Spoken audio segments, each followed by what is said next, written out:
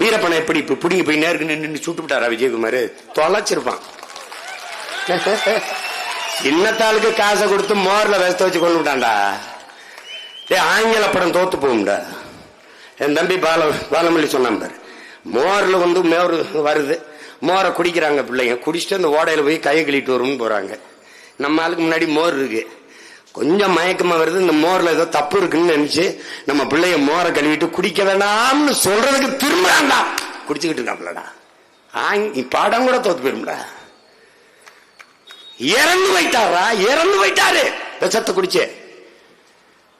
3 நாள் 2 நாள் கழிச்சு ஆடு மேய்க்கிற ஒரு பையன் அனுப்பி அங்க என்ன நடக்குன்னு பாருன்னா, ஆமா ஆள் செத்து கிடக்கணும்னா அப்புறம் போய் இந்த வெண்ணைக்கு பிறந்த வெண்ணமை இங்க அங்க போய் அவரை எடுத்துக்கிட்டு வந்து அந்த மீசையை வெட்டி கொண்டு போய் அந்த இதுல வண்டியில ஏத்திட்டு போயிட்டு சுட்டு ஆட்டு ரத்தத்தை பீச்சு விட்டு ஏமாத்தினாட. பிக்காளி பயிலிடாதீங்க, பேடி பயிலு.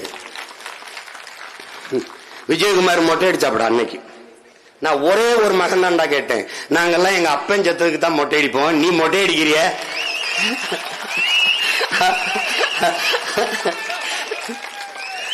எப்படி நீ மொட்டை அடிச்சிருக்கிய? என்னன்னு கொன்னவை யாரா?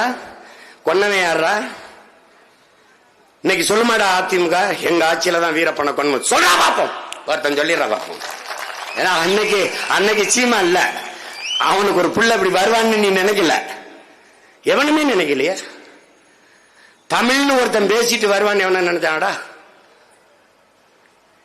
இந்த இடத்துல நான் இவ்வளவு உறுதியா நிப்பேன்னு யாராவது நினைச்சியா? ஏன் நானே நினைக்கல. அப்ப யாரு நினைச்சிருக்கா? ஓ நிப்பாண்டா அப்படின்னு நினைச்சது யாரு? என் தலைவன் பிரபாகரன். அவன் நிப்பாங்க.